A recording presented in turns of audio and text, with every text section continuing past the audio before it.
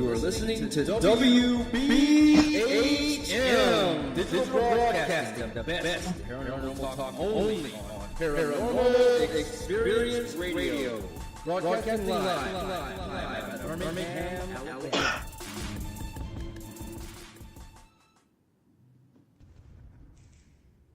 This is Ghost Talk with 187 PI.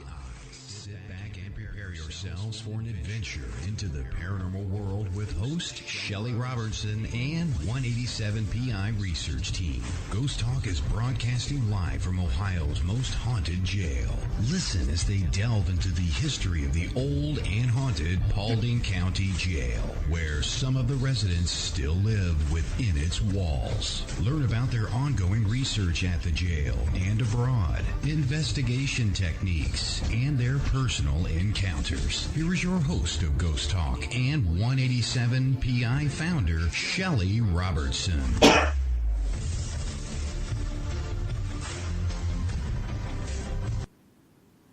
Good evening, everyone, and welcome to Ghost Talk Radio. We have a fantastic and interesting show planned for you tonight. As always, we are coming to you live from the haunted old Paulding County Jail in Paulding, Ohio. We invite all our listening friends to join us in our interactive chat room at wbhm-db.com. Tonight, Kristen Boyd is here with me, and we will be discussing a super interesting topic. And it's super interesting for me and Kristen as well. Yes, it is. And it's haunted crime scenes. We also have photos of the locations we will be discussing tonight at our Ghost Talk Radio Facebook page. Just use the search feature at Facebook, type in Ghost Talk Radio, and we'll pop right up. Hello, Kristen, and welcome. Hey, everyone. It's great to be here. It absolutely is. And this show tonight is right at both of our alleys. You have a degree in forensic science, and I've got certifications, and we both just love everything on the crime side of things. That doesn't sound quite right, though, does it? I do want to take a moment to let you know some of the stories in tonight's show is very graphic. All of the places are real locations, and many are still standing. So I want to advise you, please do not visit any of these places without proper permissions, as trespassing is against the law, and it could get you, arrested and also a hefty fine. So get permission first. Yep, no need for those fines. Which brings us to the first haunted crime scene, and this one is the murder house in Boise, Idaho. Now, if you currently or have ever lived in Boise, all you listeners out there, chances are you've heard about the disturbing events that have occurred as to what is commonly referred to as the murder house. Some even refer this place to the Chop Chop House in reference to the terrible things that went down here so many years ago. The house is still standing today, and walking by it, you might not realize anything out of the ordinary, except that it is old and hasn't aged well. Now, nearly 3 decades ago in Boise, Idaho, on June 30th, 1987, at 805 West Linden Street, was the scene of a terrible murder. 21-year-old Preston Murr was the victim of the most infamous murders recorded. He was shot by his attackers and chopped into 13 pieces. This unfortunate event all started when an argument broke out between Murr and 2 other men. One of the men pulled out a gun and shot Murr in the shoulder. Wounded and bleeding, he made his way over to the neighbor's house and began pounding on the door, begging for help, all the while pleading with his attackers to let him go. Now, of course, this wasn't going to happen. The attackers were dragging him back to his home before the neighbor answered the door. Now, they did call the police and reported what they had witnessed. Unfortunately, the police didn't show up until way later, after it was too late. The next morning, the neighbor had to call the police for a second time. When the police showed up, they discovered trails of blood on the street and blood smeared across the neighbor's door. What a horrific sight. I can imagine. I feel terrible that they didn't answer. In time, That's right. yes. Now later, Murr was also shot in the back of the head and then dismembered. A week later, parts of his body began surfacing more than 100 miles away from the area within the Brownlee Reservoir. 2 men were accused of being a part of Murr's murder, a man named Darren Cox and another man named Daniel Rogers. They were immediately apprehended and charged with his murder. Cox was given a lesser sentence because he complied with the police and he gave details about the murder. Overall, this guy spent just 6 years in prison before being released, and I think that's horrific in itself. It's crazy. The jury deemed Rogers guilty of first-degree murder, and he was sentenced to life behind bars. He is currently serving his life term at Idaho Correctional Center and was last denied parole back in 2005, which, yay, that's where he deserves to be. Yes, it does. Needless to say, the home of Preston Murr has been reported to be haunted, and honestly, how could it not be with the horrific events that unfolded? And with his life being taken there and him being dismembered at such a young age. He was only 21. And while there have been no reports of any official paranormal investigations conducted, it is reported by other people. Bloodstains can still be found in the house. Rumors state that the 21-year-old soul will forever remain and haunt the home, but not just the entire home, mainly within the basement where the mishaps were reported to have taken place. Now, people have stated that the aura of the basement itself is different, and they find it unsettling and even terrifying to be down there. Others have even said that just walking past the home itself, they become uncomfortable and they walk faster to get past it just as soon as they can. Now, some even witness the blinds on the windows opening and closing as if someone is trying to look out, or to prevent someone from actually looking in. You all can be the judge on that one. Well, that brings us to our next haunted crime scene, which is the Lalaurie Mansion in New Orleans. Now, this house has a huge story and a great deal of history, but for us here tonight, we are just going to talk about the main parts and condense it just a little bit. So, located within New Orleans, the Lalaurie Mansion stands at 1140 Royal Street.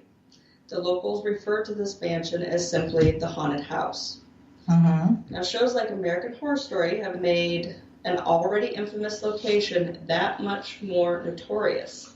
Oh, yes. Now, however, the majority of the filming was done at a different location, and probably for the best, honestly, as the mansion is rumored to be cursed.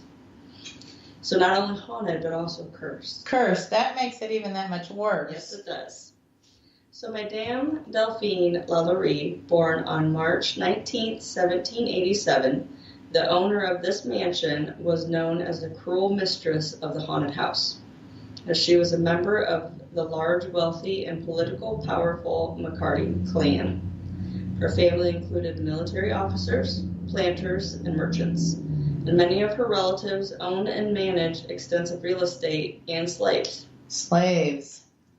And as her surname indicates, which was McCarty, her family originated in Ireland.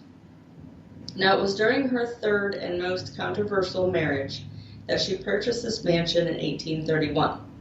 Now, yet again, she was suffering from a failing marriage and her husband moved out. And it was said that losing her third husband reportedly drove her mad, and rumors began to spread that she was being cruel and harming her slaves. And maybe it was that after that third marriage, she just couldn't take it anymore. She's probably hard to live with. It sounds like it after 3 marriages. Well, however, it was an incident in 1833 when a young slave within the household fell to her death in the courtyard that all eyes finally turned to Delphine. An investigation was held by the council, and it was decided that all her slaves were to be set free. Unfortunately, she actually began to purchase them all back one by one, and things stayed quiet until one horrific night in 1834. Oh. So, on April 10th, 1834, a fire broke out within the mansion. The fire not only destroyed part of the house, but it also brought to light the 7 slaves who were starved, tortured, and chained within the upper part of the building. Now, the townspeople, they were completely appalled by the sight and began gathering in front of the mansion awaiting Delphine's arrest. Unfortunately, the sheriff never came.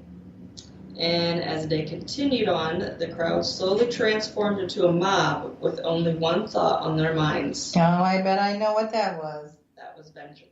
Well, unfortunately, Delphine was able to escape unnoticed by anyone.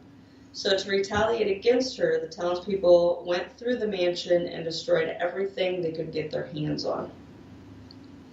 The conditions the slaves were found are just way too gruesome to share, and it was downright horrific, to say the least, for these poor, unfortunate victims. And it's no wonder as to why this mansion is so haunted by the unrested spirits. For almost 200 years, there have been reports of paranormal activity coming from this house. Reports of moaning coming from the room where the slaves were kept and tortured are very common. Phantom footsteps also echo through the mansion and are frequently heard as well. People that have just stood near the mansion outside, they've reported feeling as if they were taken over by negative energy. And many people claim to hear screams of agony coming from the empty house at night, and saw apparitions of slaves walking about in the balconies in the yards. oh my. Well, there's other tales of hauntings, and that includes finding body impressions on freshly made beds, appliances turning off and on their own. Sounds of laughing and cracking whips have also been reported. But one of the scariest sightings within the mansion is of a ghostly woman with her neck grotesquely bent from what appears to have been a hanging, with her eyes bulging and protruding tongue very apparent to the unfortunate onlookers who get to witness this terrifying sight. Yeah, I think that would be terrifying, and I have no doubt that that place is probably haunted Absolutely. beyond belief. Now, you know, we had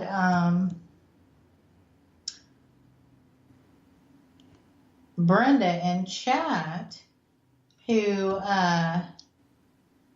said that she lived in a haunted place and they moved out. Wow. So Depending on what types of hauntings. yes, and fortunately for me, I've never came across nothing evil, so that's been a plus. Yes, it is. Next, we come up to the Villisca Axe Murder House in Villisca, Iowa. Now, this one is also a huge story, and it has a ton of history. We are condensing the story for our show tonight, focusing on the key factors, and I think people's even written books. There's been tons of paranormal investigations there. It was in June of 1912 in the small town of Villisca, Iowa. The Moore family and their 2 children, actually, no, they had 4 children, and there was 2 children staying with them. It's like, yes. Yeah, so there were 6 children altogether, as I recall. They were brutally murdered in their sleep by being bludgeoned to death by an axe. In total, that's right, it was 2 adults and 6 children were killed that night. The horrific event went unnoticed until the following morning, when a neighbor realized that the Moores had not yet been outside to do the daily chores, and it was unlike the family to do this. So the neighbor decided to go next door and to check on them, but after knocking on their door repeatedly and getting no response, they truly began to worry and decided they should call the brother of the family. When the brother showed up and unlocked the door to check on them, he found such a gruesome sight and asked that the neighbor immediately call the police. It is tragically unfortunate that until this day,